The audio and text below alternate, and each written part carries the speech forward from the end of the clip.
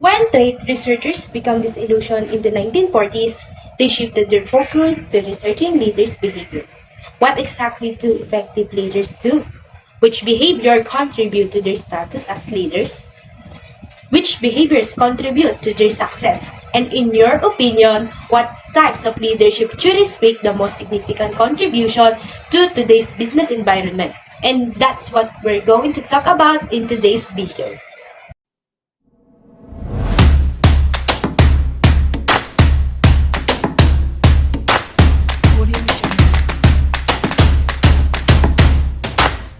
Hello, I'm Lawrence Abby and let me share something on this specific topic, which is, as I already said in the first part of this video is set into categories: the behavioral approaches to leadership and the contemporary approaches to leadership. And now let's talk about first the behavioral approaches to leadership, the leader's behavior. This topic will explain the behaviors that are associated with leadership. I will discuss later the three types of alternative decision-making styles leaders use and condition under which they are more effective, and also the limitation of behavioral approaches to leadership. Researchers at Ohio State University and University of Michigan use many different techniques such as observing and surveying leaders in order to understand behavior, which lead to discovery of two broad categories of behaviors, namely task-oriented or initiating structure and people-oriented behaviors or consideration. Initiating structures involves task-oriented leaders' behavior.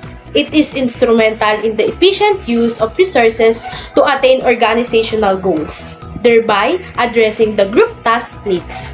Initiating structures behavior include scheduling work, deciding what is to be done and how and when to do it, providing direction to organizational members, planning, coordinating, problem solving, maintaining standards of performance, and encouraging the use of uniform procedures. Consideration is the relationship-oriented behavior of a leader. It is instrumental in creating and maintaining good relationship that is addressing the group maintenance needs with organizational members. Consideration include being supportive and friendly, representing people's interests, communicating openly with group members, recognizing them, respecting their ideas, and sharing concern for their feelings.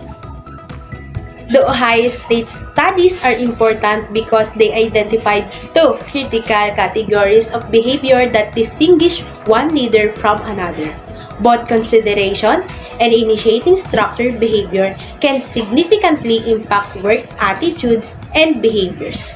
Leaders may demonstrate task-oriented and people-oriented behaviors. Both seems to be related to important outcomes, with task-oriented behaviors more strongly related to leaders' effectiveness and people-oriented behaviors leading to employee satisfaction.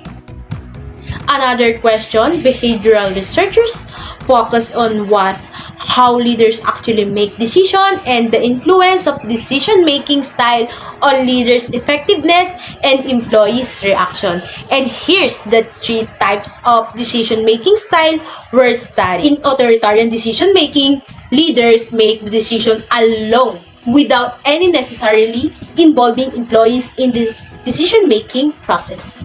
When leaders use democratic decision-making, employees participate in the making of the decision. And lastly, leaders using laissez-faire decision-making leave employees alone to make the decision. The leaders provide minimum guidance involvement in that decision. And now let's talk about the limitation of behavioral approaches. Behavioral approaches, like trait approaches, fell out of favor because they ignored the environment in which behaviors are shown.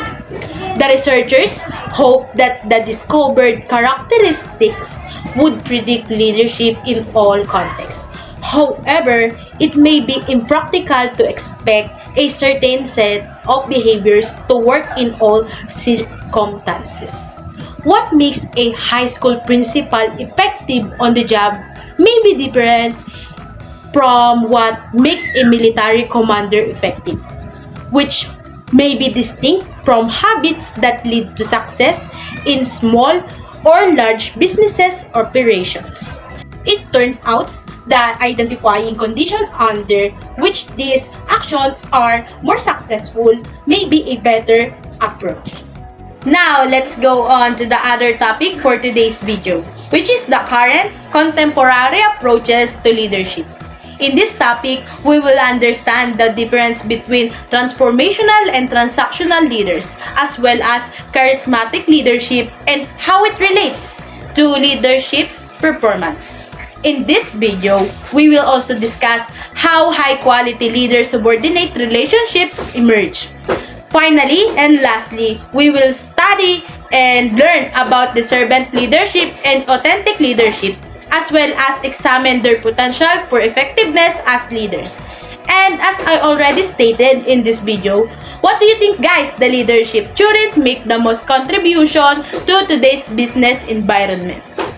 And now, let's talk all about it.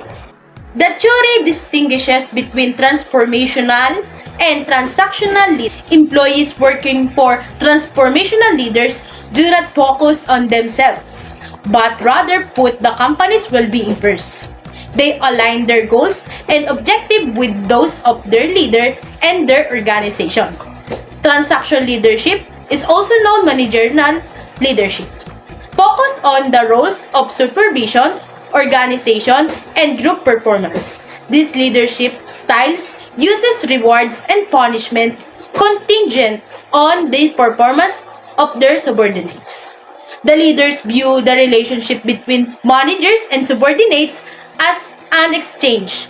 You give me something in exchange for something in return. Transactional leadership gives you importance to rules, procedures, policy, and standards. The Leaders and Member Exchange, or LMX theories, propose that the type of relationship leaders have with their followers, members of organization, is the key to understanding how leaders influence employees. There are different types of relationship between leaders and members. If the form of relationship is trust-based, then there is a high-quality LMX, where the leader and member help each other anytime there a need and are both willing to go beyond their job description to assist in each other's success. On the other hand, when there is a low quality of LMX relationship, there is no involvement between the leader and members. Rather, they just do what is required and they don't feel any obligation or loyalty between them. Servant leadership approach define the leader's roles as serving the needs of others.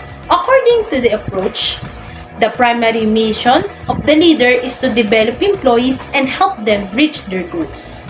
Servant leaders put their employees first, understand their personal and desires, empower them, and help them develop in their careers.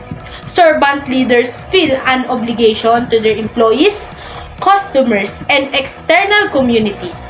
Employees' happiness is seen as an end in itself, and servant leaders sometimes sacrifice their own well-being to help employees succeed. In addition to a clear focus on having moral compass, servant leaders are also interested in serving the community. In other words, their efforts to help others are not restricted to company insiders, and they are genuinely concerned about the broader community. Leaders have to be a lot of things to a lot of people. They operate within different structures, work with different types of people, and they have to be adaptable. At times, it may seem that a leader's smarter strategies would be act as a social chameleon, changing his or her style whenever doing so seem advantageous. But this would lose sight of the fact that effective leaders have to stay true to themselves. The authentic leadership approach embraces this value. Its key advice is be yourself. Think about it. We all have different backgrounds, different life experiences, and different role models. These trigger events over the course of our lifetime that shape our values, preferences, and priorities. instead of trying to fit into societal expectation about what a leader should be like, act like, or look alike. Authentic leaders derive their strength from their own past experience. This topic already shows that being a leader is connected to different responsibilities and commitments. What kind of leader you are, always think that you should be a good one. And before I end this video, can you guys, the viewers, differentiate the different kinds of leadership duties? And what kind of leader do you think you are? And that's all. Again, my name is Lawrence Abby, and I already shared something interesting and an idea with all of you guys. Thank you for watching, and I'll see you in my next vlog.